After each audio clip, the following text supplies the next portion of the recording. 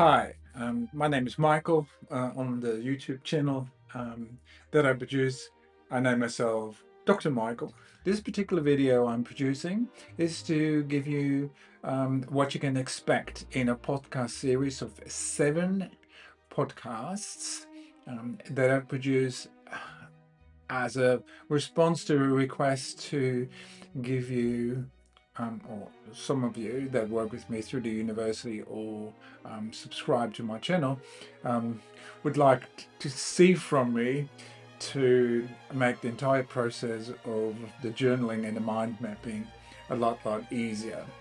And some of you even do the paid for course. So yeah, that's what it's for. So um, let's just dive into it straight away.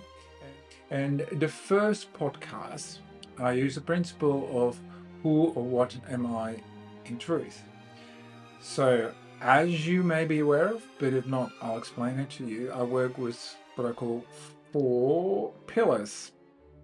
And the first one is a principle. So, in this podcast, the principle is who or what am I in truth? And you can already start journaling and mind mapping on that because there must be some ideas in your mind. Yeah. I'm a body, I've got a head, got 2 arms, 2 legs, a trunk, some genitals, and senses, and that's it. Well, if that's your idea of who or what you are in truth, then so be it. But a lot of us might have different ideas. We didn't create ourselves. We are a product of evolution. We are created by God, or however it is. Or even like, no, this is all just a simulation. I'm not a body. Something completely different. I'm pure consciousness. Oh, okay. So you get the idea. There's lots of different ideas, and that's great. So what journaling and mind mapping is about is to become self-aware of what are all the thoughts and beliefs are in your mind, right? So that's the second pillar, is self-awareness, and the third pillar is about broadening your scope of possibilities, which increases your emotional and cognitive intelligence.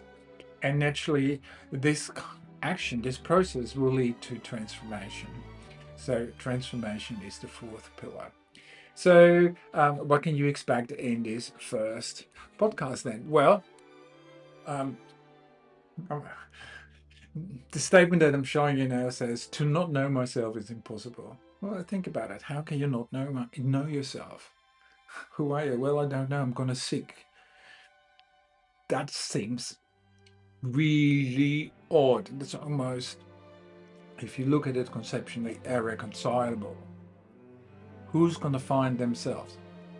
Me, I'm going to find myself. That's odd. But anyway, I was born with a need to remember who I am in truth. Because I really, from a very young age, had this. And I used to tell my mum that I'm not from here. This earthly existence has nothing to do with who I am in truth. But I also felt like I was very amnesic, completely forgot who I am. Where do I come from? Or do I come from a particular place? Maybe I am an abstraction.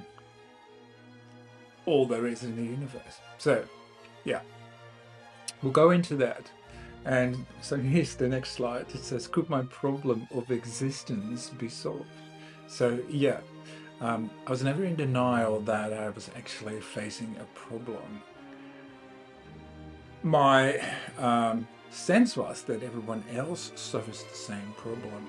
But speaking with people, that never particularly happened. So in the podcast, I go into that.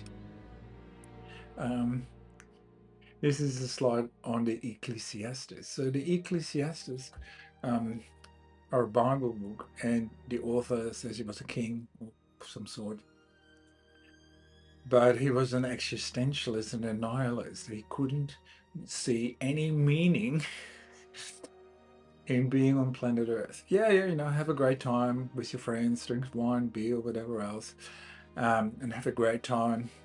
Chase girls if you're a boy or whatever. Great time, but what is it for? Why are we doing this? Okay, so Ecclesiastes, we go into that. Also look at neuroscience and some of the popular literature that has come out. So this is a quote from Annika Harris. Um, yeah, there's really not a little being inside the middle of our heads that lives there and looks through our eyes and hears through our ears. Doesn't exist. Um, that's a picture of Anil Seth. He also published a best-selling book, and that's why his picture there. He's also a neuroscientist, and so I put a question there for many of the aspects of being they cling to most tightly is the feeling of being in control of your actions, of being the author of your thoughts. But are you? And science will show you, nope, you are not. So, some other things you can expect, I'll look at in the podcast. The Ashtavagata Gita. It teaches, of course, a lot of things, but the main theme is like, be in the world, but not of it, because you are not from this world. And it also looks at how to not get entangled, how to not create karma for yourself. So that's one of the Gitas. So we're jumping out of the main European or Western kind of philosophy and, ancient Gnostics from the Greek or the Roman world. We're stepping aside there with the Gita from the main three religions in the world. So we're no longer dominated by this idea of there being a supreme God and even a Messiah or a Savior. And of course, the Islam and Christianity and the Judaic religions go together. And before that, there was Zoroastrianism. And I think a lot of the Judaic traditions were stolen or copied from Zoroastrianism. So we go into that. But here, I'm a near-death experiencer myself, but I've also studied it. Some people call me an expert, so be it. But one of the reports from near-death experiences is life on planet Earth is not what reality is. So we can go into that. Then you may have heard of Yogananda Paramahansa. He was one of the first yogis who went to America and in the early 1900s sort of introduced the ideas from yogis and Hindu and the Gitas to the Western world. And we look there in what I call a borderland, which is the astral realm. Yeah, so everyone when you die will go for a moment or forever and stay in this astral realm or the borderland. But if you truly are awake and lined up with the divine, you can actually move through the astral realm and go beyond the point where there's really no return, where you're really free. So look into that. And then, of course, I have to bring in A Course in Miracles, dictated to a psychiatrist of the University of Columbia in Central Park, that of New York City, that university is. And she was Jewish, and she believes it was Jesus from the New Testament, the Good News Bible, that dictated this to her. But in no single instant in that dictation does the author of the text and the workbook say, "Hi, I'm Jesus Christ." So, food for thought. Anyway, that's podcast one. You can see, like, from there on, other things will happen. So, some really, really important prompts I will give you and show you my own journaling that are really, really, really important to make your life so much more happier and so much more in line with you. Okay. So the second podcast is on purpose and meaning. And this is really funny because there's big opposites and contrasts when it comes to purpose and meaning, how people see it. So a lot of people, particularly in the Western world, have this idea that there's a super huge, important purpose for why they are here. It could be general, like everything's for the glory of God. It could be to look after your family, but is that really a purpose that everyone has? I have no children. Look after me and my wife, perhaps. But is that really the purpose why we're on planet Earth, is to look after family? It can be a purpose you choose for yourself, but that doesn't mean like it is the purpose. So yeah, we're going to look into that because you really believe that there is an immense purpose you need to fulfill. It makes you usually miserable. And I'm going to use some of the findings of a neuroscientist named Anne Lecoq. And she agrees with me. An obsession with finding your purpose makes you miserable. There's a much better way to go about things, and that's to experiment. Um, it's a statement by Sadhguru, but it's not unique to Sadhguru. Lots of people have come to this way of being. And if there is no purpose to life, why should there be? You have nothing to fulfill, and now you can just live. So we'll look into that as well. And then there's some people who say, yeah, no, there is a why. Everyone has a why. I can help you find it. So one of these people is Simon Sinek, and his postulate is you can find your why through reflecting on past experiences and forget about your aspirations. So they're very interesting. And then another angle you can expect in this podcast is it's like, what if you have everything you can dream of now? Everything, like the riches, the possessions, friends and family, wonderful experiences, options galore. What then do you really want? Because most people say, like, I need a job, I need to earn money, I need to find a house, and then I can raise my family, like all that kind of stuff. But what if you have all of that? What do you really want? It's a very hard question. That's why I have a picture of someone laughing, because they just give up. The answer is not there.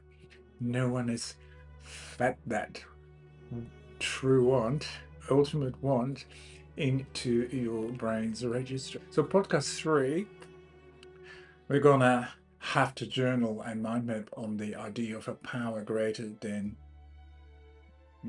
your sense of self. So neuroscience says your sense of self is not constant. Your sense of self changes. The way you looked at yourself or thought of yourself when you were 3 years of age, 10 years of age, 20 years of age, and so forth is different, sometimes diametrically different. So if there is an authentic self, then a true self, then it cannot be subject to time. It must be changeless. So this sense of self cannot be the self that you truly are. Although most people might want to cling to it and claim, no, it's the same self. No, it's not. So in this podcast, I'm going to look at a statement from A Course in Miracles, just to start off the journaling. I am sustained by the love of God. So what is it that holds everything together? Some people say it's consciousness, but you might say it's gravity. Because without gravity, I wouldn't be able to sit on this chair in this room in an apartment, because the bricks wouldn't stay together, the roof would start flying, the raindrops would not fall to the planet Earth, and then we couldn't grow crops, and we wouldn't have water back up, we couldn't have shafts. The story goes on. So have a look at it, but gravity could be what holds everything together. So we're going to look at that. And also, Felicity is 7 things. So bioelectricity, if you don't know what it is, you'll find out. Collective intelligence, if you don't know what that stands for, you'll find out. The illusion of individualism. Clinical kinesiology. What is that, Michael? Well, you need to know about this. And that's why in the background I have the picture of Leonardo da Vinci's drawing of the canon of proportions. When I first encountered and experienced clinical kinesiology, I thought it was wild. It was amazing. So I want to share that with you. But we also need to look at physics and the physics of space and time. relativity, which links to Einstein's thinking, and quantum.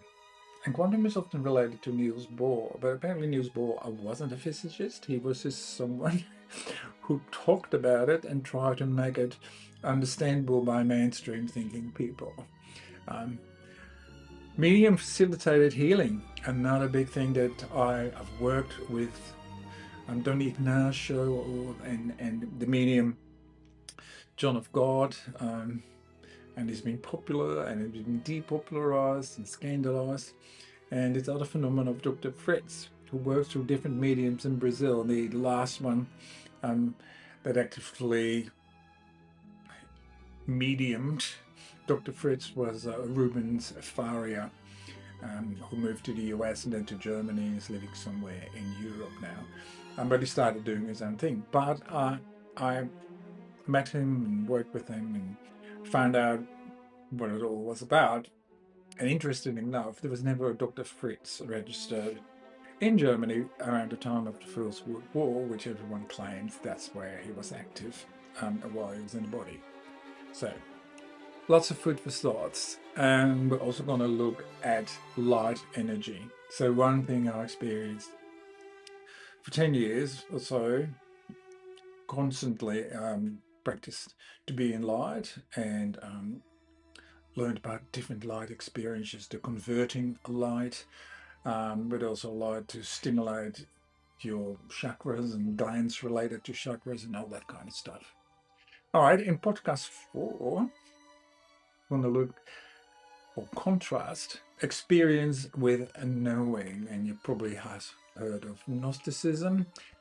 Gnostic believes the way out of this human condition is to remember the knowledge that we all had and not get caught in the realms of experience.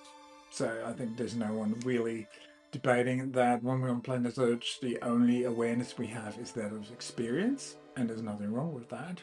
But if you want out, you need to remember knowledge, Gnosticism. So we're going into that and we're looking at different aspects, and it comes back later also when I look in podcast 7 on salvation.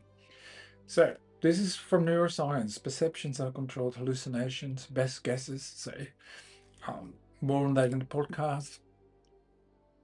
I'm going to use the work of Lisa Feldman Barrett. She's a neuroscientist, very well and highly regarded in the academic world, who clearly has put forward that you are the architect of your emotions, and there's no one really in the scientific academic world that disputes that. And this is a thing from psychology, from, there's many psychologists, but the elephant rider metaphor, that we are only this little person sitting on an elephant, but that the elephant really goes in the direction it wants to go and it feels like it should go, and that we may believe that we're in charge, but we're not. We're just a little guy sitting on top of the elephant.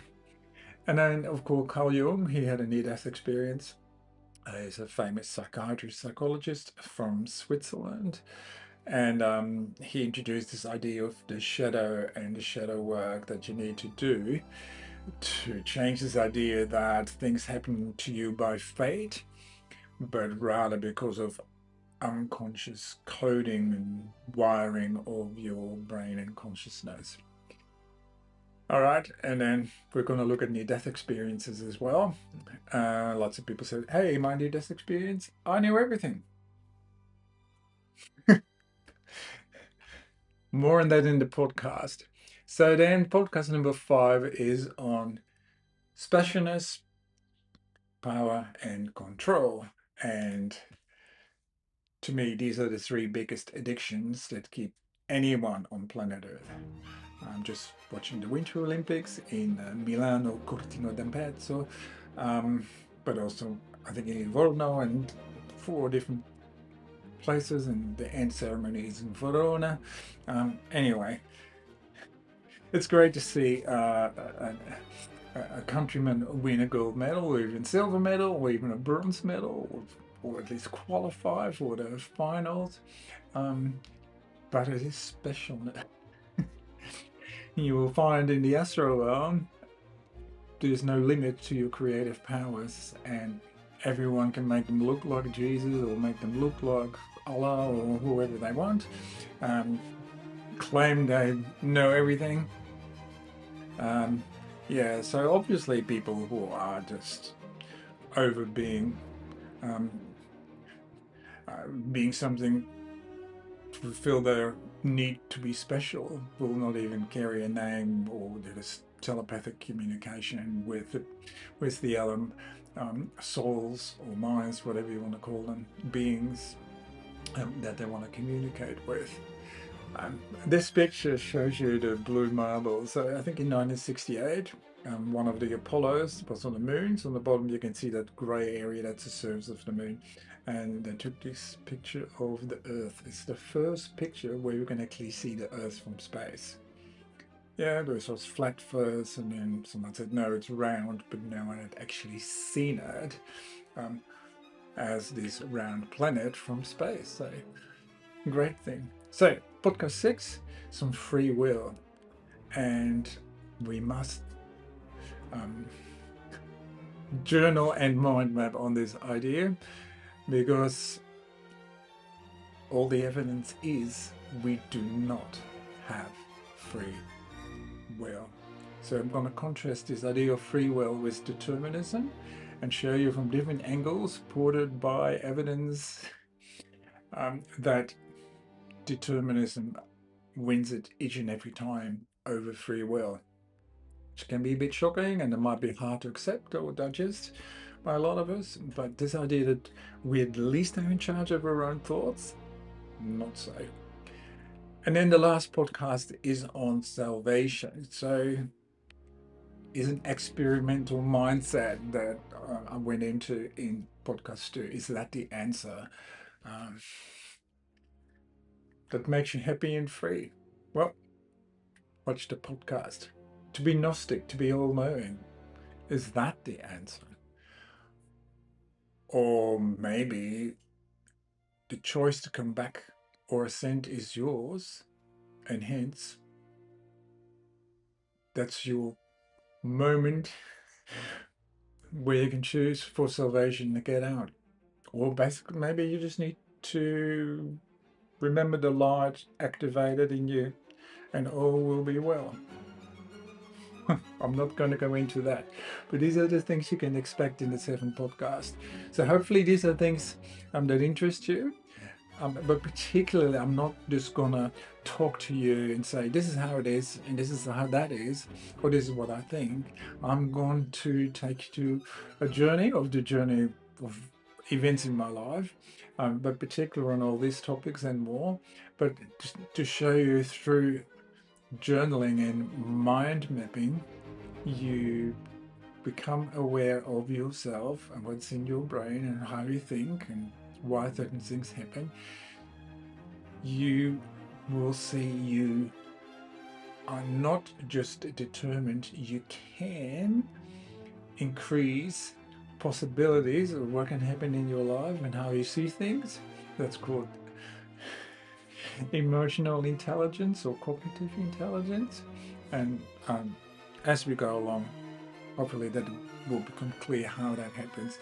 And I will talk about these effortless transformations that happened to me, but maybe already have happened to you, but definitely will be happening to you if you stay with me and you start practicing the journaling and mind mapping using the prompts that I will put forward. So thanks for listening now, and hope to see you with podcast 1 pretty soon. Thanks.